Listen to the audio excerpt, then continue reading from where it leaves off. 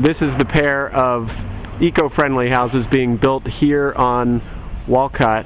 You can see that they fit right into Lincoln Square among its great old housing, but one thing that sets them apart is their solar panels on the roof, and we'll go inside and see many of the other green features. Alright, here on the front walk we have a green feature. Kevin, you were telling me about these permeable pavers.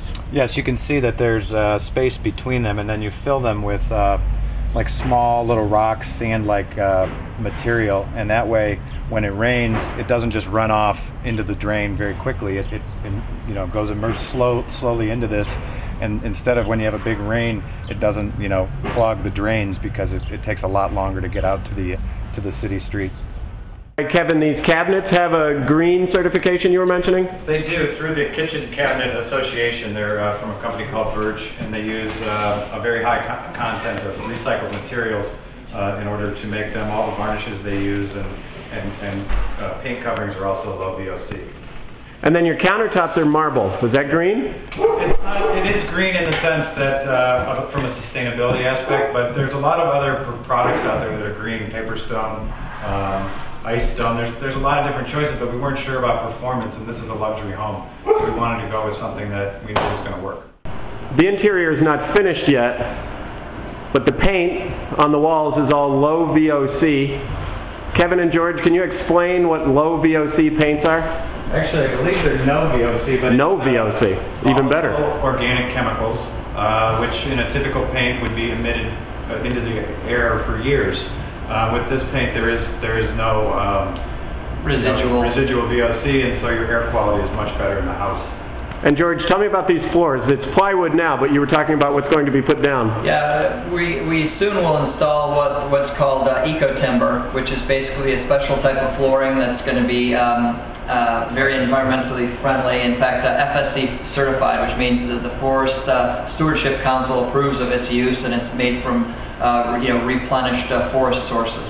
So these pumps take the propylene glycol and send it up to the solar panels on the roof through these pipes. It comes back down through here and circles around the outside of the hot water tank and transfers the heat in the propylene glycol to the hot water for the house, and then it gets recycled here.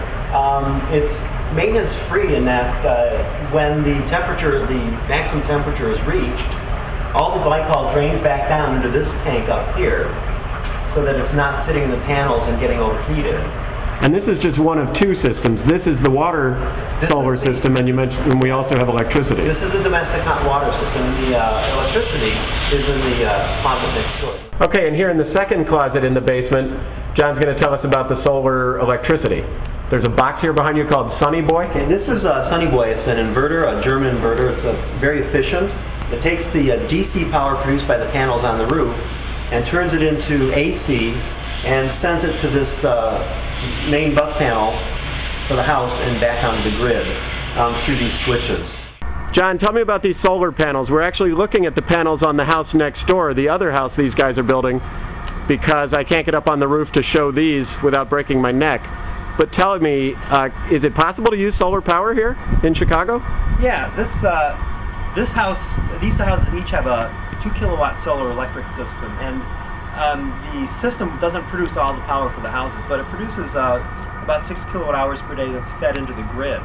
So what that does is it just reduces the amount of power that the people in the house will have to use from the grid. And you said it's two different kinds of panels? So there's the electric system is one set of panels, and then there's a solar hot water system on each house. And you can see the hot water panels over here to the south. And that's this angled structure here that I can't really show. Right. They're 4 foot by 10 foot AET solar hot water panels. And they'll produce about 80 gallons of hot water on a day, on an average day. And hot means between 120 and 160 degrees. So that will supply all the hot water that the family would need living here on most days. And some days there won't be enough hot water, but it'll heat up to say 90 degrees, and then the on-demand hot water system will take over from there. Up here on the roof, we're standing in front of a small penthouse room on top of the house that leads out to the green roof. And you can see it's not planted yet. All the plants are here in flats. But guys, tell me what's going on here. Well, actually, Dennis, this is planted, but they're not stationed where they're exactly going to be. What comes with it is, George and I planted these all over the weekend ourselves, actually. Did you really?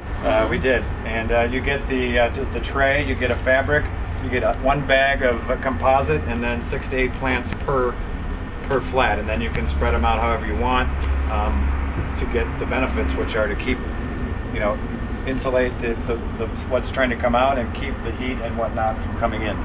So I won't have a deck up here? I think you said I'd have a pathway?